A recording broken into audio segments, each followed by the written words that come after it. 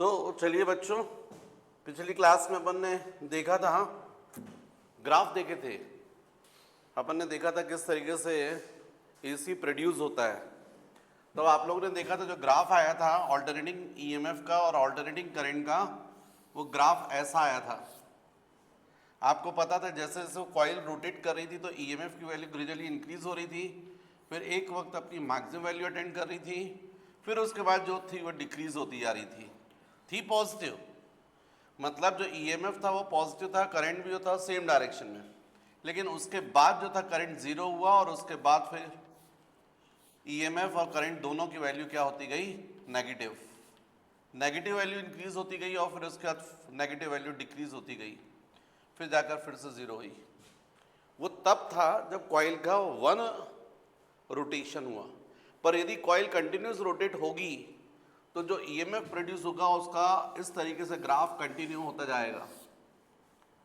मतलब हर कुछ देर के बाद, एक फिक्स टाइम इंटरवल के बाद, फिर ईएमएफ अपनी उसी वैल्यू के साथ में फिर स्टार्ट होता है। यहाँ प्लस तो यहाँ भी प्लस, सेम वैल्यू के साथ में, सेम डायरेक्शन में। ये अपन ने पिछली क्लास में पूरा समझा था। अब आज अपन को देखना है frequency, time period and peak value. तो जो एसी है उसकी फ्रीक्वेंसी आप किससे कहेंगे? ये एक साइकिल है, ये जो आपका दिख रहा है यहाँ से यहाँ तक का, वो एक साइकिल है। ये कॉइल के वन रोटेशन की वजह से हो रहा है। यदि कॉइल कंटिन्यूस रोटेट करेगी तो ऐसे ग्राफ होते जाएंगे, साइकिल डेवलप होते जाएंगे। तो ये जैसे एक साइकिल दिख रहा है, ऐसे जितने भी साइकिल पर सेकंड डेवलप होते हैं उनको अपन बोलते हैं फ्रीक्वेंसी। तो what is frequency of an AC? Total number of cycles completed by AC per second और total number of cycles completed by EMF per second is called frequency of alternating EMF और alternating current. तो India, ये different different countries में इसकी value different different होती है। India में जो इसकी वैल्यू है, जो हम लोग फ्रीक्वेंसी यूज करते हैं, वो 50 साइकिल्स पर सेकंड है। 50 साइकिल्स पर सेकंड। तो अलग अलग कंट्री में अलग अलग है। इंडिया में 50 साइकिल्स पर सेकंड है। अब इसका मतलब आपको समझना बहुत जरूरी है। ये पहली बात, 50 साइकिल्स कैसे आ रहा है?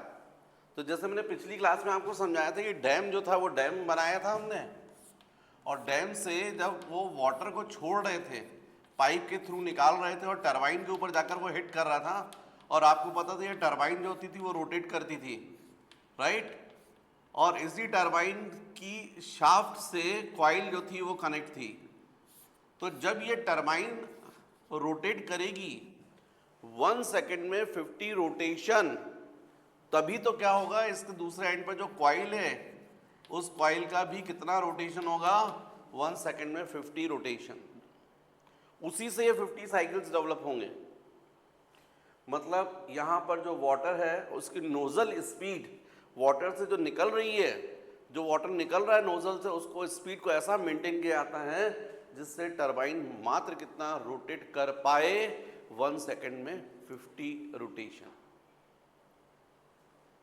अब आपसे मैं क्वेश्चन कर रहा हूं कि आप जरा सोच के देखो, क्योंकि जब अपन बार बार ये बात कर रहे हैं कि यदि ये बल्ब है और इस बल्ब में मान लीजिए एसी जा रही, मैंने आपको पहले बताया था एसी का सिंबल है, तो आपको पता है जब ये ईएमएफ प्लस है, क्योंकि जब ऐसा ईएमएफ कर्व है तो सेम ऐसा ही करंट टाइम कर्व भी आएगा। पर करंट टाइम का ग्राफ जो होता है वो डेफिनेटली ईएमएफ ग्राफ से थोड़ा सा नीचे होता है, ऐसा आता है, ऐसा होता है। मैंने लास्ट क्लास में समझाया था, और बल्कि अभी एक बार और मैं डिस्कस करने वाला हूं। आपको दिख रहा है जो आपने लास्ट क्लास में देखा था मैक्सिमम वैल्यू वो इतनी आई थी ईएमएफ की, और आपने देखा था करंट की जो मैक्सिमम वैल्यू थी वो ये आई थी जब रेजिस्टेंस से आप डिवाइड कर रहे हो। मतलब ईएमएफ की वैल्यू को रेजिस्टेंस से डिवाइड करते तो अब मैक्सिमम करंट की वैल्यू आ रही। इसका मतलब ईएमएफ यदि ये ई नॉट है मैक्सिमम वैल्यू, तो करंट की जो मैक्सिमम वैल्यू होगी वो डेफिनेटली इससे थोड़ा कम रहेगी। ग्राफ, ये जो लोअर ग्राफ, इसीलिए हमेशा ईएमएफ टाइम ग्राफ अपर ग्राफ रहता है और उसके नीचे रहता है करंट टाइम ग्राफ। तो अब मेरा क्वेश्चन ये है कि चाहे ईएमएफ देखें चाहे करंट देखें, यहां से लेके ये पूरा अपन 0 से t बोल रहे हैं, क्योंकि 1 साइकिल में जितना टाइम लगता है उसको अपन टाइम पीरियड बोल रहे हैं, तो डेफिनेटली ये हाफ हो गया, t/2 हाफ साइकिल।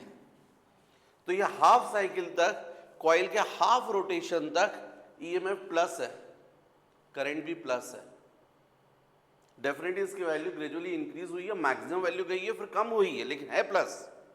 इसका मतलब है इस बल्ब में डेफिनेटली करंट की वैल्यू ग्रेजुअली इंक्रीज हुई है, मैक्सिमम वैल्यू अटेंड की है, फिर कम होती गई है, लेकिन है इसी डायरेक्शन में। फिर इसके बाद आप देखिए यहां करंट की वैल्यू 0 हो गई है, और उसके बाद आप देखो फिर करंट नेगेटिव हो गया है। नेगेटिव का मतलब है अपोजिट डायरेक्शन में, मतलब अपोजिट डायरेक्शन में फिर से करंट की वैल्यू बढ़ने लग गई है, मैक्सिमम वैल्यू अटेंड कर रही है, उसके बाद फिर वापस नेगेटिव वैल्यू कम होती गई है। नेगेटिव वैल्यू मतलब यहाँ मैग्नीट्यूड बढ़ता गया नेगेटिव अपोजिट डायरेक्शन में, फिर वापस कम होता गया और फिर 0 हो गया।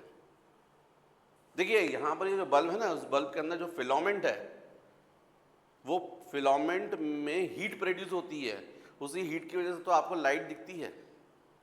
तो अब क्वेश्चन होता है कि यहाँ पर जो हीट प्रोड्यूस हो रही है उसका फॉर्मूला होता है I²RT, I²RT। इस फिलामेंट में जो हीट प्रोड्यूस होती है उसका फॉर्मूला होता है H=I²RT। मतलब चाहे करंट पॉजिटिव रहे चाहे करंट नेगेटिव रहे अपोजिट डायरेक्शन में, उसके ऊपर स्क्वायर लगा हुआ है, तो पॉजिटिव वैल्यू का भी स्क्वायर पॉजिटिव होगा और नेगेटिव वैल्यू का भी स्क्वायर पॉजिटिव होगा। तो इसलिए चाहे करंट फॉरवर्ड जा रहा है तो भी यहाँ पर फिलामेंट में हीट इवॉल्व होगी, चाहे रिवर्स आ रहा है तो भी करंट हीट इवॉल्व होगी, एब्जॉर्ब नहीं होगी। यदि हीट नेगेटिव हो जाती तो मतलब एब्जॉर्ब होती, मतलब ये जब हीट की वैल्यू पॉजिटिव तो इसका मतलब आपको हीट मिलती, गर्म होता, और यदि नेगेटिव आ जाती तो इसका मतलब ठंडा हो जाता, मतलब हीट एब्जॉर्ब कर लेता वो। लेकिन ऐसा नहीं हो रहा है, करंट फॉरवर्ड है तो भी हीट की वैल्यू पॉजिटिव आ रही है, रिवर्स हो रहा तो भी हीट की वैल्यू पॉजिटिव आ रही है। मतलब करंट जब फॉरवर्ड जा रहा था तब भी बल्ब जल रहा था, और जब रिवर्स आ रहा तो भी जल रहा है। इसीलिए तो हमको कंटिन्यूस बल्ब जलता हुआ दिखाई देता है। लेकिन फिर भी एक बात आपके दिमाग में आनी चाहिए कि ठीक है सर, यहाँ पर जब करंट पॉजिटिव है नेगेटिव है दोनों कंडीशन में हीट प्रोड्यूस हो रही है, इसलिए बल्ब जो है जलता दिखेगा, चाहे करंट फॉरवर्ड जाए चाहे रिवर्स जाए। लेकिन यहाँ पर करंट की वैल्यू 0 भी तो हो रही है। जब करंट की वैल्यू 0 हो रही है तो यहाँ पर हीट कितनी प्रोड्यूस होगी? 0, मतलब बल्ब बुझ जाएगा। तो इसका मतलब ये हुआ कि एसी में ये जो बल्ब हैं, क्या ये बार बार बुझ रहे हैं क्या, जल रहे हैं क्या? भाई जैसे करंट की वैल्यू 0 होगी बल्ब बुझ जाएगा, फिर करंट की वैल्यू पॉजिटिव हो या नेगेटिव फिर बल्ब जल जाएगा। ये तो हमको इससे ऐसे ही समझ में आ रहा है। तो क्या ये होता है? बिल्कुल होता है। ये होता है जब करंट की वैल्यू 0 होगी तो बल्ब बुझ जाएगा। तो अब आप बोलेंगे साहब प्रैक्टिकली तो नहीं दिखता, बल्ब तो कंटिन्यूस जलता हुआ दिखाई देता है। अब जरा आप सोच के देखो, मेरा आपसे क्वेश्चन है कि बताइए एक साइकिल में करंट कितने बार 0 हो रहा है? कुछ लोग बोल रहे हैं 1 बार, कुछ लोग बोल रहे हैं 2 बार, और कुछ लोग बोल रहे हैं 3 बार। तो देखिए साइकिल यहां से स्टार्ट हो रहा है और यहां पर फिनिश हो रहा है। 1, 2 और 3 बार करंट की वैल्यू क्या हो रही है? 0, ऐसा आपको लग रहा है। लेकिन आप थोड़ा सा साइकिल एक काम कीजिए, ये कंफ्यूजन हो रहा है आपको, थोड़ा आगे से समझने की कोशिश कीजिए। यहां से साइकिल स्टार्ट कीजिए। जैसे स्केल होती ना, स्केल पे अपन लेंथ 0 से मेजर करते हैं 10 सेंटीमीटर, तो फिर 10 हो गया, पर 0 ही खराब हो गया, नहीं दिख रहा है। और 2 सेंटीमीटर से हम स्टार्ट कर रहे हैं, और यदि रॉड जो है उसकी लेंथ दूसरा एंड 12 पे चला गया, 2 से स्टार्ट किया 12 पे गया है, तो आप क्या बोलते हो? लेंथ कितनी बोलोगे? 10 सेंटीमीटर। मतलब 2 सेंटीमीटर को आपने स्टार्टिंग पॉइंट माना है, मतलब 0 मान लिया। वैसे ही साइकिल आप यहां से स्टार्ट मानिए थोड़ा आगे से, तो फिनिश भी आपको थोड़ा आगे तक मानना पड़ेगा, यहां तक। अब आपको क्लियर समझ में आएगा। यहां से यदि साइकिल स्टार्ट हुआ तो देखिए ये जा रहा है, ये फिर ये और फिर ये। तो आपको दिख रहा है एक बार यहां जीरो हुआ और एक यहां जीरो हुआ। इसका मतलब है एसी के वन साइकिल में कितने बार करंट की वैल्यू जीरो हो रही है? 2 बार। 2 बार जीरो का मतलब है 2 बार बल्ब बुझ रहा है एक साइकिल में। और मैंने भी क्या बताया कि जो एसी है उसकी फ्रीक्वेंसी, इंडिया में जो एसी यूज हो रही है उसकी फ्रीक्वेंसी कितनी है? 50 साइकिल्स पर सेकेंड। एक साइकिल में यदि 2 बार बल्ब बुझ रहा है, इसका मतलब है पूरे एक सेकंड में कितने बार बल्ब बुझ रहा है? 100 बार, 100 टाइम्स। 1 सेकंड में कितने बार? 100 टाइम्स। अब 100 बार यदि बुझ रहा है तो 100 बार जल भी तो रहा है। फिर जब करंट प्लस होगा तो भी जलेगा, जब करंट माइनस होगा तो भी जलेगा। भाई किसी को आप बोलोगे उठक बैठक करो, अब यदि वो 10 बार खड़ा हुआ है तो 10 बार बैठा भी ना, तो कितनी उठक बैठक हुई? तो आप बोलोगे 10 बार खड़ा हुआ, 10 बार बैठा। वैसे ही यदि यहां पर 100 बार बल्ब बुझा है तो इसका मतलब एक सेकंड में 100 बार बल्ब जला है। मतलब ये इतनी तेज स्पीड से हो रहा है कि हमारी आई की इतनी सेंसिटिविटी नहीं है कि उस चीज को रीड कर पा रही है। वहां बल्ब से लाइट चली, हमारी रेटिना के ऊपर इंप्रेशन बनाया उसने जलने का, उसके बाद बल्ब बुझ गया, तो इंप्रेशन नहीं बनना चाहिए। तो जब तक वो एक्चुअली में इमेज, क्योंकि रेटिना पर इमेज कुछ शॉर्ट टाइम के लिए रहती है, जैसे उस बल्ब के बुझने की वजह से लाइट डिसअपियर होनी चाहिए, तब तक नेक्स्ट जलने के कारण जो लाइट है वो आकर रेटिना पर पड़ गई। तो हमारी रेटिना को कंटिन्यूस बल्ब कैसा दिखाई दे रहा है? जलता हुआ दिखाई। अरे इस बात को ऐसे समझो कि यदि मान लीजिए सपोज कोई खड़ा है यहाँ पर, उसको आप एक झापड़ यहाँ से मार रहे हो, किस साइड गिर जाएगा? यदि इधर से एक झापड़ मारोगे तो इधर गिर जाएगा। लेकिन इमेजिन करो एक सेकंड में आप उसको 50 झापड़ राइट साइड से और 50 झापड़ लेफ्ट साइड से, खट खट खट खट खट, आपको उसका फेस हिलता भी नहीं दिखेगा, वहीं ऐसा खड़ा रहेगा। क्योंकि वो हिलने को लेफ्ट करेगा तब तक आपका राइट पड़ जाएगा, स्टेशनरी पोजीशन में रहेगा वो। एग्जैक्टली वही आप अपने फैन को देखो, सीलिंग फैन वगैरह चलते हैं तो आप उसकी फैन में, आप जब वो रुका हुआ है फैन, उस वक्त आप उसकी ब्लेड गिन पा रहे हो कि 3 ब्लेड हैं। लेकिन जब फैन चलने लगता है तो आप उसकी ब्लेड नहीं गिन पाते हो कि कितनी ब्लेड्स हैं उसमें। बिल्कुल एग्जैक्टली वही चीज यहां भी हो रही है। बल्ब से लाइट, जैसे ही बल्ब ऑन हुआ उसकी लाइट आई, उसने रेटिना पर इमेज बनाई, जैसे ही बल्ब बुझा तो लाइट को डिसअपियर होना चाहिए था, लेकिन तब तक जैसे ही जल गया वो तुरंत लाइट आ गई, तो रेटिना पर कंटिन्यूस क्या बनी रही? इमेज। इसलिए हमको बल्ब कंटिन्यूस क्या होता है? जलता हुआ दिखाई देता है, राइट? तो याद रखिए जो फ्रीक्वेंसी है वो इंडिया में, क्योंकि क्वेश्चन बनते हैं तो ध्यान रखिए 50 साइकिल्स पर सेकंड की फ्रीक्वेंसी है, राइट? अलग अलग कंट्री जो है वो अपनी फ्रीक्वेंसी अलग अलग डिसाइड करती है। हम लोग जो यूज करते हैं वो 50 साइकिल्स पर सेकंड की यूज करते हैं। फिर नेक्स्ट इसके बाद मुझे बताना चाहिए आपको टाइम पीरियड ऑफ एसी। तो what is time period of AC? Time taken to complete 1 cycle of an AC is called time period. ये एक साइकिल पूरा करने में ऑल्टरनेटिंग ईएमएफ को या ऑल्टरनेटिंग करंट को जितना टाइम लगता है उस टाइम को हम लोग बोलते हैं टाइम पीरियड। आपको पता है फ्रीक्वेंसी और टाइम पीरियड में क्या रिलेशन है? n is equal to 1/t या t is equal to 1/n। तो जब मैं n 50 बता रहा हूं तो t की वैल्यू क्या हुई? 1/50। मतलब एक साइकिल कंप्लीट करने में एसी को कितना टाइम लगता है? 1/50 सेकेंड पर साइकिल, राइट? तीसरा जो थर्ड है वो आपको समझना चाहिए एम्पलीट्यूड और फ्रीक्वेंसी।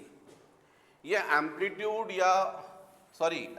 और पीक वैल्यू, ये जो ऑल्टरनेटिंग ईएमएफ के लिए अपन ने इक्वेशन देखा था लास्ट क्लास में, E is equal to E0 sine omega T. तो आप जब यहां पर टाइम की डिफरेंट वैल्यू रखोगे तो ईएमएफ की डिफरेंट वैल्यू आती रहेगी। सर्किट में कितना ईएमएफ प्रोड्यूस हो रहा है वो आप इस इक्वेशन से निकालोगे किसी पर्टिकुलर टाइम में। इसलिए इस ईएमएफ को क्या बोलते हैं आप, इंस्टेंटेनियस ईएमएफ। और आपको याद होगा जब साइन ओमेगा टी की वैल्यू आपने 1 रखी थी, भाई साइन ओमेगा टी की साइन थीटा की मैक्सिमम वैल्यू कितनी होती है, 1। जब यहाँ मैक्सिमम वैल्यू रखोगे और ई नॉट से मल्टीप्लाई करोगे तो जो प्रोडक्ट बनेगा वो भी मैक्सिमम होगा, मतलब ईएमएफ कैसा मिलेगा, मैक्सिमम। इसीलिए ये ई नॉट को हम लोग क्या बोलते हैं, मैक्सिमम ईएमएफ और पीक ईएमएफ और एम्पलीट्यूड। और आप लोग याद करो ये ई नॉट किसकी जगह रखा था, N into B into A into omega की जगह। इसलिए एम्पलीट्यूड ऑफ ऑल्टरनेटिंग ईएमएफ होता है N into B into A into omega. What is N, number of turns in a coil. What is A, B magnetic field. What is A, area of coil. And what is omega, angular velocity. मतलब ये जो peak value है वो किस पर depend करेगी, number of turns in a coil, magnetic field पर, area पर और एंगुलर। देखिए बच्चों ये आप वीडियो इससे पढ़ रहे थी ना, तो ये एजुकेशनल वीडियो है, एंटरटेनमेंट वाला नहीं है, कहीं से भी देखे और मजा आने लग गया। इसमें तो आपको सही पढ़ाई करनी है तो आपको प्रीवियस जो वीडियो है वो देखने पड़ेंगे। ये चीज़ समझने के लिए आपको इसके पिछले वाले वीडियो को देखना पड़ेगा। मैंने पिछली क्लास में आप लोगों को बताया था कि जब आपने n इंटू बी इंटू ए ओमेगा की जगह पर क्या रखा था, ई नॉट, यही तो मैक्सिमम वैल्यू है। फिर आपको याद होगा ऑल्टरनेटिंग करंट के लिए क्या हुआ था, alternate maximum EMF upon R. भाई v इज इक्वल टू क्या होता है, I into R, I is equal to V by R. अब यहाँ v की जगह क्या लिख रहे हो आप, E, तो I naught is equal to E naught by R, और ई नॉट की वैल्यू ये है तो आई नॉट की वैल्यू ये होगी। आप यदि ई नॉट को डिवाइड कर रहे हैं आर से तब आपको आई नॉट मिलेगा। इसका मतलब आई नॉट की वैल्यू हमेशा ई नॉट से कम रहेगी। इसीलिए वो ग्राफ भी ऐसे बना था, ईएमएफ टाइम ग्राफ अपर ग्राफ था और current time graph lower graph था, राइट। मतलब अपन कुछ भी ना करें, यदि अभी जैसे आगे चलेगा भी आप लोग देखोगे अपन बार बार लिखते भी नहीं है, बस ऐसा बना देते हैं ऐसा। इससे ही अपने को समझ में आ जाता है कि ऊपर वाला ग्राफ कौन सा है, ईटी ग्राफ, और नीचे वाला ग्राफ कौन सा है, करंट टाइम ग्राफ, राइट। तो बच्चों ये हो गया हमारे को peak value, frequency, time period. अब हमको समझना चाहिए एवरेज वैल्यू। आपको दिख रहा है यहां पर जो आपने ईएमएफ या करंट टाइम ग्राफ जब ड्रॉ किया था तो ऐसा आया था, ये 1 साइकिल के लिए था और हाफ साइकिल के लिए आया था। मतलब आप यहां पर देख रहे हैं कि इस हाफ साइकिल में करंट ईएमएफ की वैल्यू ये इंक्रीज हुई है, फिर और इंक्रीज हुई है, फिर और इंक्रीज हुई है, यहाँ मैक्सिमम वैल्यू गई है, फिर कम होती गई है, और फिर यहाँ फिर से 0। ये आपने ग्राफ ड्रॉ किया था, ईएमएफ था प्लस ईएमएफ और ये था आपका माइनस ईएमएफ, और ये टाइम एक्सिस थी। अब यदि हम एवरेज वैल्यू निकालें ईएमएफ की या करंट की तो हम निकाल सकते हैं। तो चलिए अपन एवरेज वैल्यू अपन निकालते हैं। Next, average value of alternating EMF and alternating current. तो फर्स्ट अपन निकालते हैं in half cycle, half cycle में पता करते हैं, राइट। तो आपको हाफ साइकिल तो ये दिख रहा है, और एवरेज वैल्यू तो आप समझ ही रहे हैं कैसे होगी, यहां से लेके यहां तक पूरा एक सा ऐसा, इसको एवरेज वैल्यू बोलोगे आप। मैच में भी आप देखते हैं, क्रिकेट मैच में भी आपको इस तरीके से कुछ दिखाई देते हैं, रन्स ऐसे कुछ स्कोर बोर्ड पर दिखाई देता है, और फिर इसके साइड में यहाँ पर ओवर लिखे रहते हैं, first over, second over, third over, fourth, और यहाँ पर रन रहते हैं। ये मान लीजिए 4 हो गया, इसके करस्पॉन्डिंग 8, इसके करस्पॉन्डिंग मान लीजिए 15। तो आपको समझ में आ जाता है अच्छा ये थर्ड ओवर में जो है बहुत ज़्यादा रन बने। पर कुल मिला के आप बोलते हैं एवरेज कितना रहा है, क्या एवरेज क्या चल रहा है। तो आपको मालूम है इस तरीके से ऐसी डॉटेड लाइन चलती है जो आपकी क्या बताती है, एवरेज। और उस बेसिस पर आप डिसाइड कर देते हैं कि हाँ भाई अपन जीतेंगे या हारेंगे। क्या एवरेज चल रहा है? एवरेज मतलब यहां से लेके यहां तक पूरा एक सा।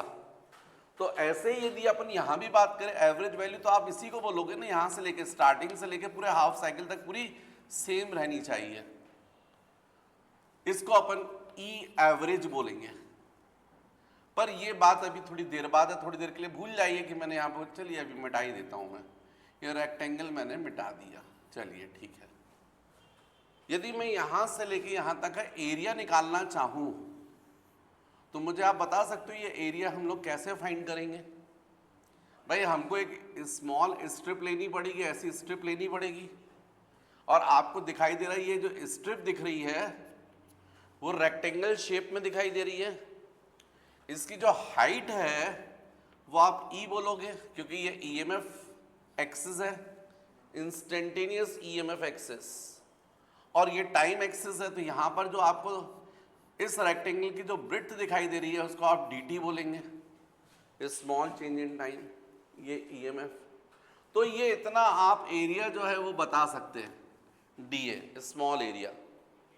तो ये जो आप बोलेंगे small area of rectangle, small area dA, rectangle shape में, इसलिए आप बोलेंगे लेंथ इनटू ब्रेड्थ। तो लेंथ हो जाएगी e और ब्रेड्थ हो जाएगी dt, तो ये जाएगा e इंटू ऑफ dt।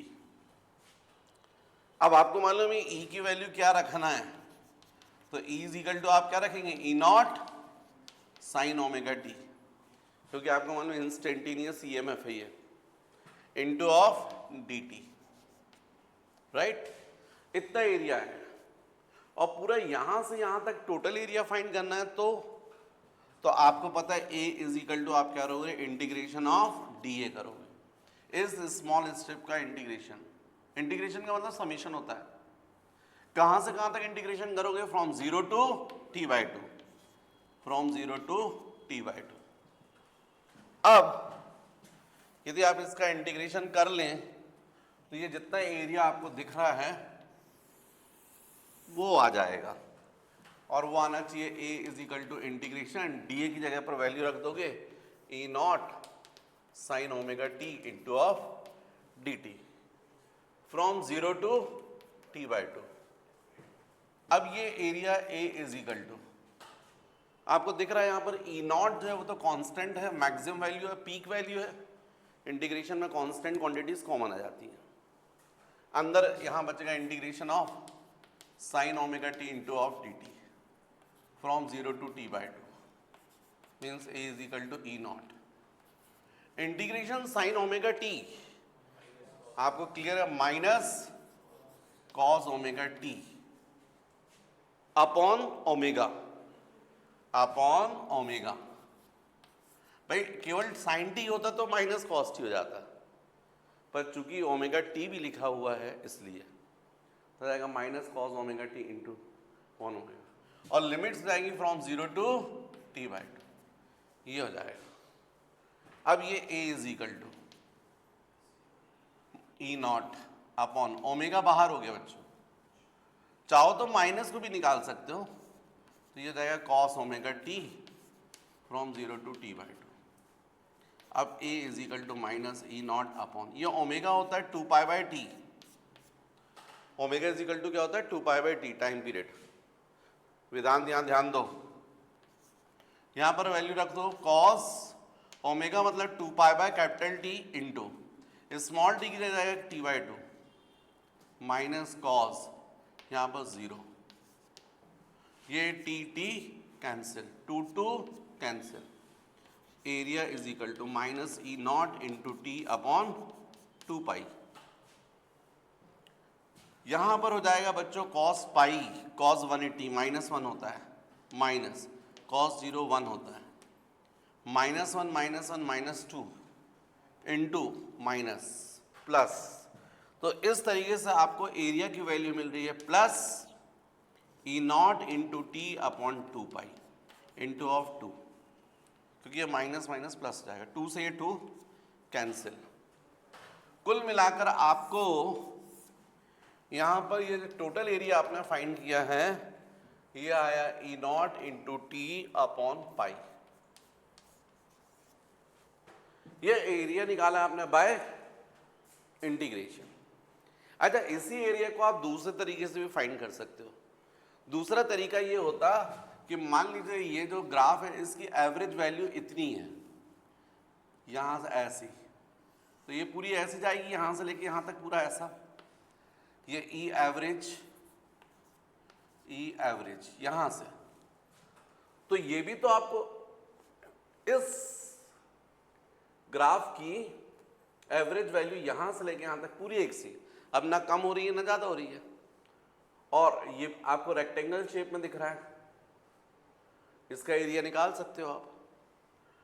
इसका एरिया कितना होना चाहिए, तो A इज इक्वल टू आप बोलोगे E average into T by two, क्योंकि रेक्टेंगल दिख रहा है ना, रेक्टेंगल का एरिया कैसे निकालते हैं आप, लेंथ इंटू ब्रेड्थ, तो लेंथ आपको अब कितनी दिख रही है टी बाई टू, और ब्रेड्थ कितनी दिख रही है ई एवरेज, तो ये पूरा एरिया आ गया।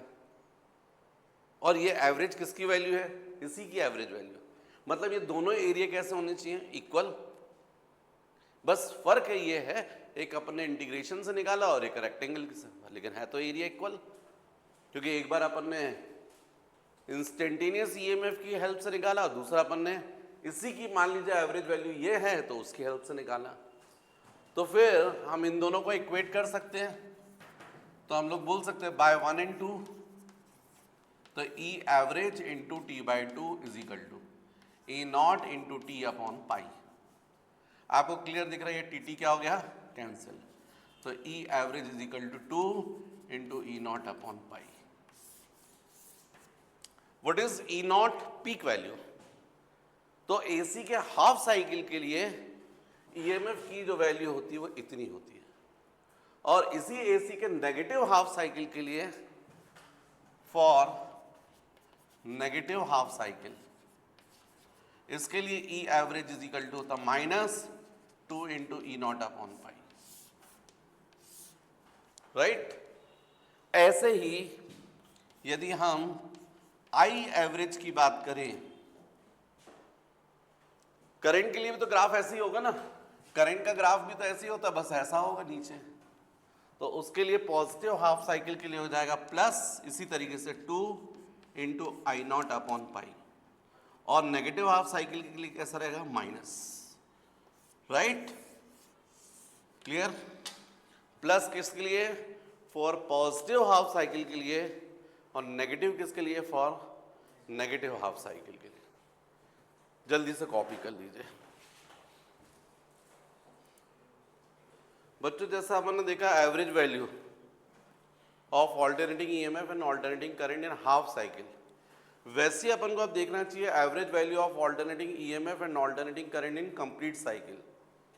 इसका बहुत मतलब है, अभी थोड़ा सा स्टार्टिंग में जरा थ्योरी है, पर उस थ्योरी कैसे चेंज होगी आपकी एप्लीकेशन पर, वो बातें आपको समझ में आएगी। मतलब कुछ क्वेश्चंस ऐसे हैं जिनके जवाब आप तभी दे पाएंगे जब आपके वाले कॉन्सेप्ट्स क्लियर रहेंगे। पर चलिए ठीक है, पहले अपन देखते हैं average value of alternating EMF and alternating current in complete cycle. Half की जगह पर क्या जाएगा यहाँ पर, complete cycle, in complete cycle average value of alternating EMF and alternating current in complete cycle. तो जब बच्चों कंप्लीट साइकिल में आप एवरेज वैल्यू फाइंड करना चाहते हो तो पहले आपको ये वाला एरिया और ये एरिया दोनों निकालना चाहिए। ये दोनों एरिया कैसे निकालोगे, तो बिल्कुल इंटीग्रेशन में तो ऐसे निकालोगे, ये स्मॉल स्ट्रिप का एरिया डीए, तो ये सेम ऐसे आएगा। टोटल एरिया के लिए यहाँ से यहाँ तक के लिए इंटीग्रेशन कर दोगे इस डीए का, लिमिट्स बस जो है 0 से t/2 की जगह क्या जाएगी, पूरी t हो जाएगी। तो फिर जब यहाँ पर सब्स्टिट्यूट करोगे तो डीए की जगह पर तो सेम आएगा, E naught sine omega T into D T, बस लिमिट जाएगी 0 to t। फिर से ई नॉट बाहर निकल जाएगा, ये जाएगा 0 to t। फिर यहाँ पर जाएगा ई नॉट बाहर, बाकी साइन ओमेगा टी का इंटीग्रेशन ऐसे रहेगा 0 to t। फिर यहाँ पर जाएगा a is equal to minus E naught upon omega cos omega T from 0 to t। Limit पर चेंज हो रही, बाकी सब कुछ सेम चल रहा है। यहाँ भी देखो आप minus E naught upon 2 pi by T into यहां हो जाएगा कॉस, ओमेगा की जगह हो जाएगा 2π/t इनटू अपर लिमिट जब रखोगे तो केवल t रहेगा, यहां पर क्या रहेगा, केवल t minus cos of small T की जगह 0 तो ये आ जाएगा। अब ये टी कैंसिल हो जाएगा, तो आपको क्लियर दिख रहा है a is equal to minus E naught into T upon 2π।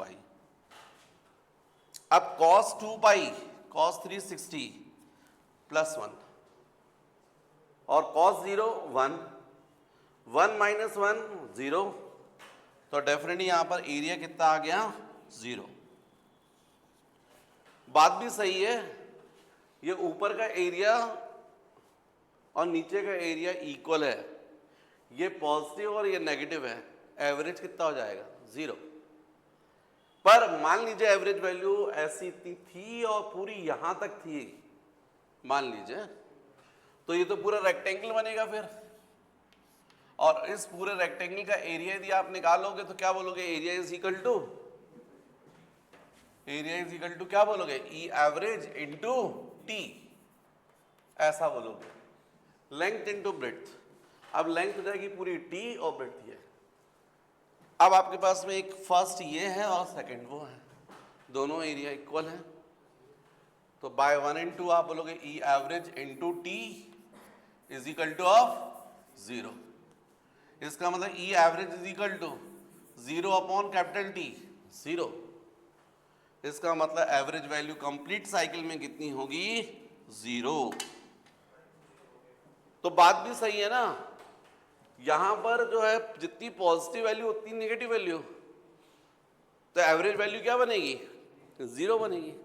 इसीलिए एसी की हाफ साइकिल में तो वैल्यू होती है 2 इंटू ई 0 अपॉन पाई, पॉजिटिव साइकिल के लिए रटना पड़ेगा आपको, और नेगेटिव हाफ साइकिल के -2 इंटू ई 0 अपॉन पाई। लेकिन कंप्लीट साइकिल के लिए वैल्यू कितनी होती है, एवरेज वैल्यू 0। अच्छा, ये मैंने इसलिए भी करवाया कि आप लोग का एग्जाम में आ जाता है हाफ साइकिल के लिए, कंप्लीट साइकिल के लिए, इसलिए। अदरवाइज जरूरत नहीं थी, आप तो देख के बता सकते थे भाई यहां पर प्लस यहां माइनस, तो नेट वैल्यू कितनी हो रही है, 0, तो एवरेज वैल्यू 0 ही रहेगी। भाई जितना किसी ने कमाया महीने के 15 दिन, उतना नेक्स्ट 15 दिन में पूरा खर्चा कर दिया। अब एवरेज कितना कमाया, अरे 0, कुछ नहीं बचा उसके पास, तो ऐसे ही होगा आपका। लेकिन कुछ क्वेश्चंस बनते हैं आपके एग्जाम में, जैसे फॉर एग्जांपल ऑल्टरनेटिंग करंट या ऑल्टरनेटिंग ईएमएफ, ये हीटिंग इफेक्ट ऑफ करंट तो शो करता है, लेकिन मैग्नेटिक और chemical effect of current show नहीं करता। तो क्वेश्चन बनता है, alternating EMF and alternating current shows only heating effect of current, but it do not show the chemical and magnetic effect of current. Why? ऐसा करके question बनता है। तो उसका सिंपल सा आंसर है, आप समझिएगा, यदि हीटिंग इफेक्ट के लिए आप फॉर्मूला बोलते तो I² RT, ये हीटिंग इफेक्ट ऑफ करंट का फॉर्मूला है, राइट।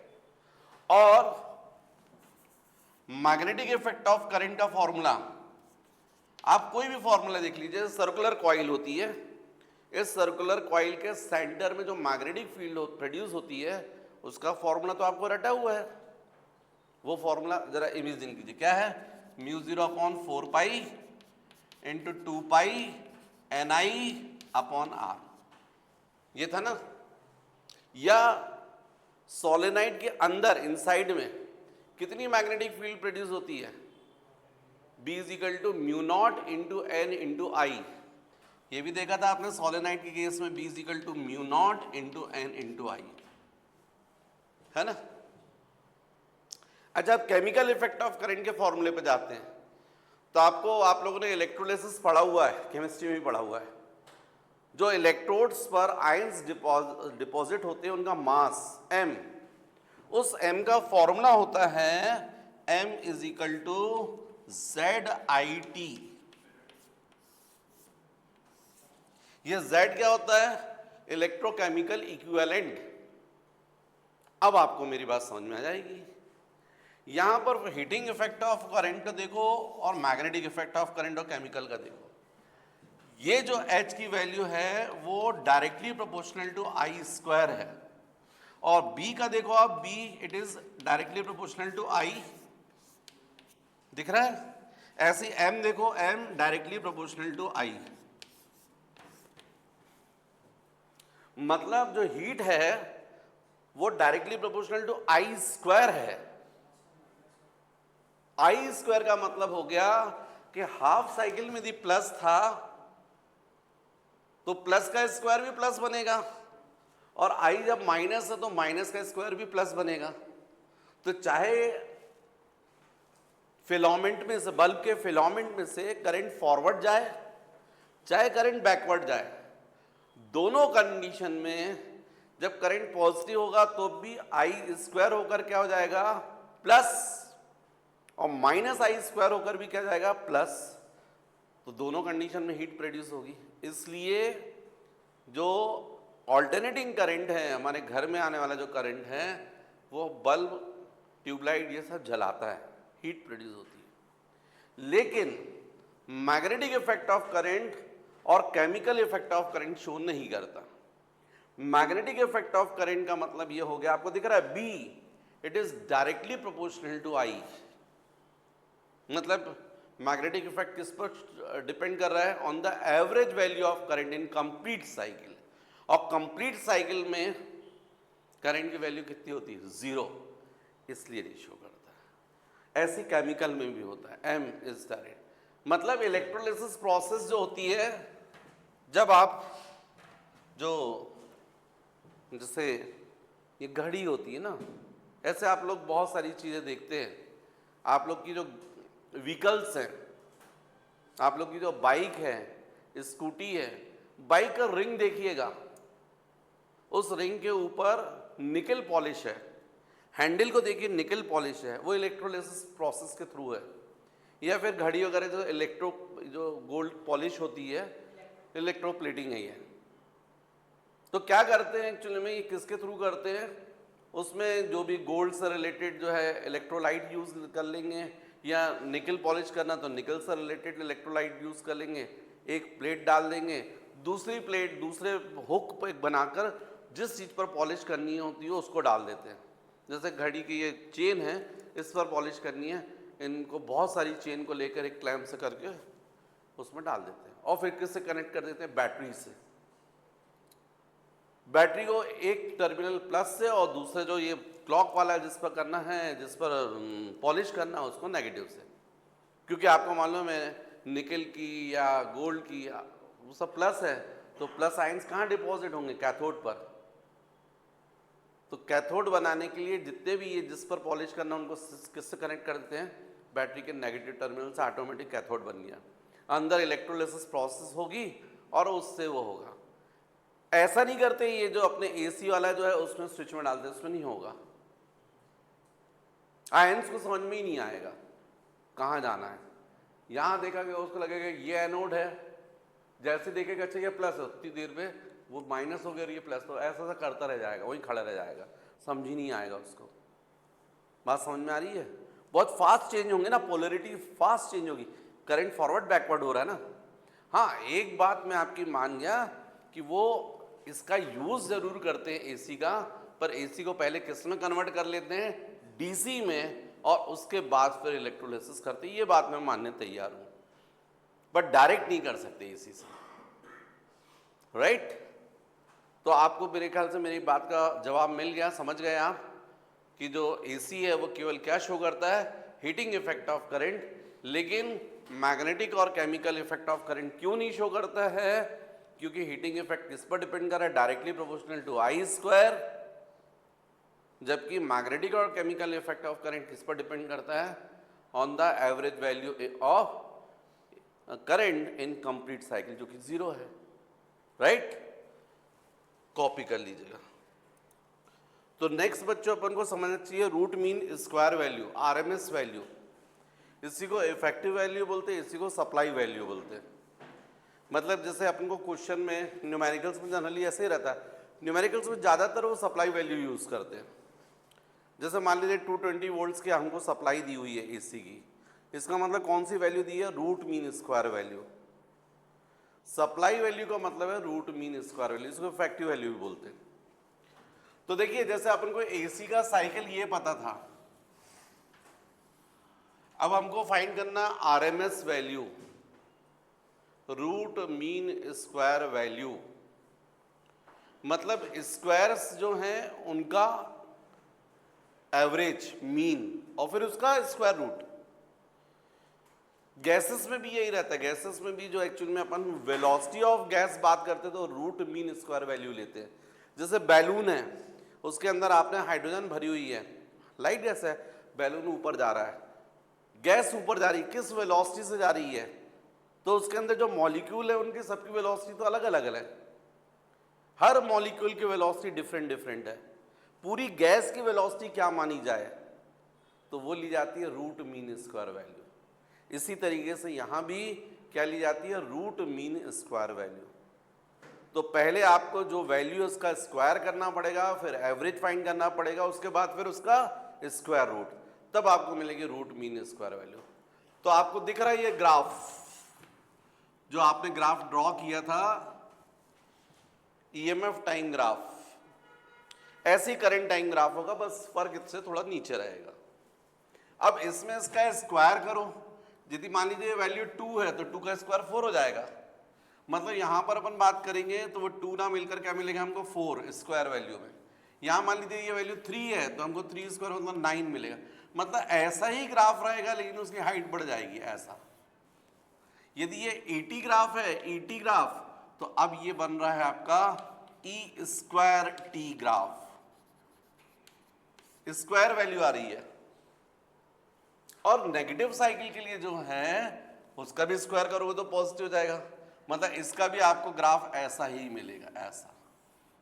ये 0 से लेके t/2 और ये फिर t, आप समझ रहे मेरी बात को, ये कंप्लीट साइकिल हो जाएगा स्क्वायर के लिए। ये ग्राफ ईटी ग्राफ था और ये ग्राफ जो रहेगा वो कौन सा रहेगा, ई स्क्वायर टी ग्राफ, स्क्वायर हो गया। अब इसका एवरेज फाइंड करो, एवरेज भी आप वैसे ही निकालोगे, स्ट्रिप ले लोगे, यहाँ पर ये स्ट्रिप जो है रेक्टेंगल शेप में दिखाई दे रही है, इसके हाइट को आप ई स्क्वायर बोलोगे, ब्रेड को आप डी टी बोलोगे, इसका एरिया निकाल लोगे स्मॉल, तो small area D is equal to जाएगा E square into D T, length into breadth. फिर टोटल एरिया फाइंड करना है पूरा यहाँ से लेके यहाँ तक, तो इंटीग्रेशन कर दो, तो पहले तो D is equal to square, तो यहाँ पे स्क्वायर आ जाएगा। अब टोटल एरिया के लिए integration of D A from 0 to T, यही लोगे। यहाँ पर सब्स्टिट्यूट करोगे तो डी हो जाएगा E0 sine omega T square into of D T, limit 0 to T. फिर यहाँ पर E0 स्क्वायर बाहर निकल जाएगा, ये हो जाएगा sine square omega T into D T. अब साइन स्क्वायर ओमेगा टी जब रहेगा तो इसका इंटीग्रेशन जो है वो हम लोग cos 2 ओमेगा टी के फॉर्मूला, cos 2a का फॉर्मूला जो होता है उसकी हेल्प लेंगे। तो हम लोग को मालूम है cos 2 ओमेगा टी, जैसे cos 2a होता है वैसे ही cos 2a का फॉर्मूला आप लोगों को पता है, cos 2a is equal to होता है cos square a minus sine square a, या फिर 2 इंटू कॉस स्क्वायर ए माइनस 1, या फिर 1 माइनस 2 इंटू साइन स्क्वायर ए।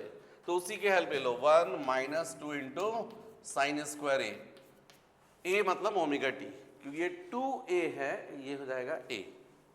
ट्रांसफर करोगे इसको तो जाएगा 2 into sine square omega T is equal to 1 minus cos 2 omega T, ऐसा हो जाएगा। फिर 2 से डिवाइड कर दो तो जाएगा sine square omega T is equal to 1 minus cos 2 omega T upon 2। इसको यहां सब्स्टिट्यूट कर दीजिए, a is equal to E naught square integration जाएगा 1 minus cos 2 omega T upon 2 into of D T from 0 to T, ऐसा हो जाएगा। या a is equal to E naught square upon 2 बाहर आ गया बच्चों, ये हो जाएगा integration of 0 to T 1 minus cos 2 omega T into of D T, ये आ जाएगा। या फिर a is equal to E naught square upon 2, यहाँ पर हो जाएगा integration of 1 into of D T from 0 to T minus, यहाँ पर हो जाएगा integration cos 2 omega T into of D T from 0 to T, ये ऐसा जाएगा। अब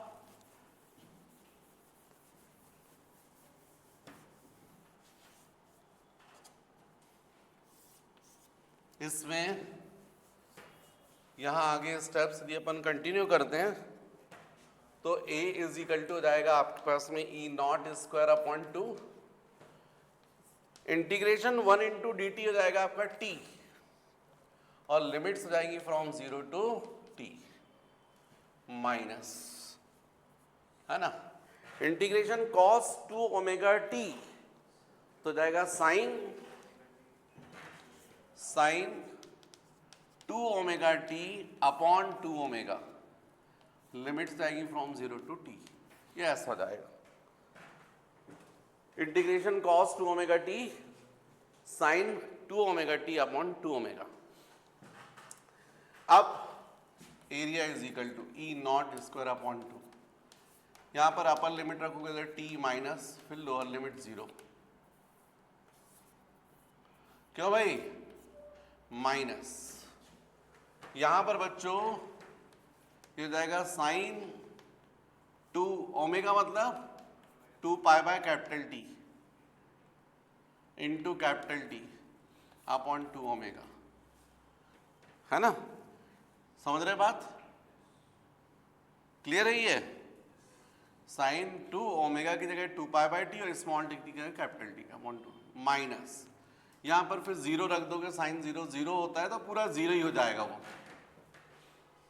0 अपॉन ओमेगा 0, यहां पर ये टी कैंसिल हो गया, a is equal to E naught square by 2 into T minus, ये देखिए यहां पर टी कैंसिल हो गया, साइन 4 पाई हो गया, साइन 4 पाई 0 होता है बच्चों, साइन 0 की वैल्यू 0 होती है, साइन 2 पाई की वैल्यू 0 होती है, साइन 4 पाई की वैल्यू 0 होती है, साइन 6 पाई की वैल्यू 0 होती है ना, ये पूरा 0 हो गया।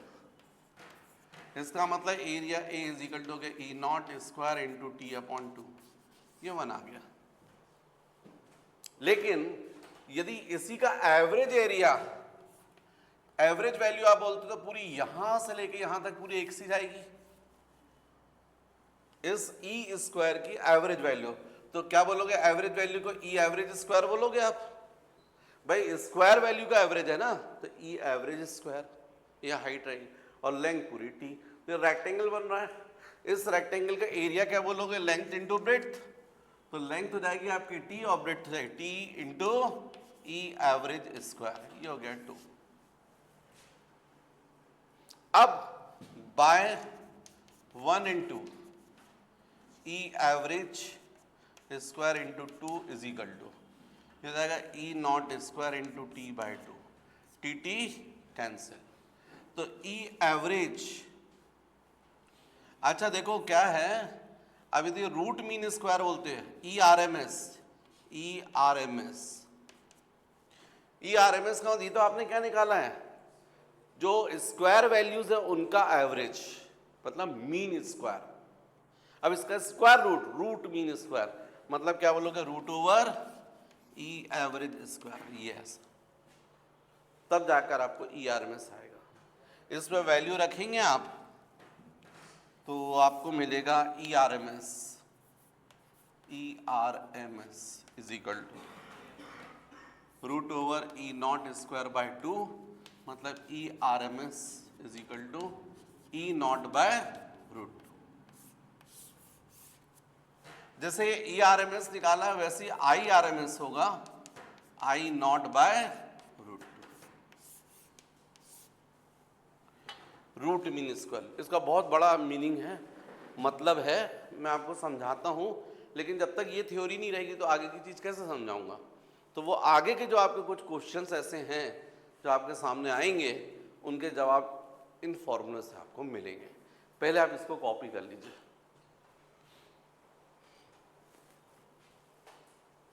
जो लोग वीडियो से देख रहे हैं भाई, उनको तो वीडियो अब दिखेगा बोर्ड।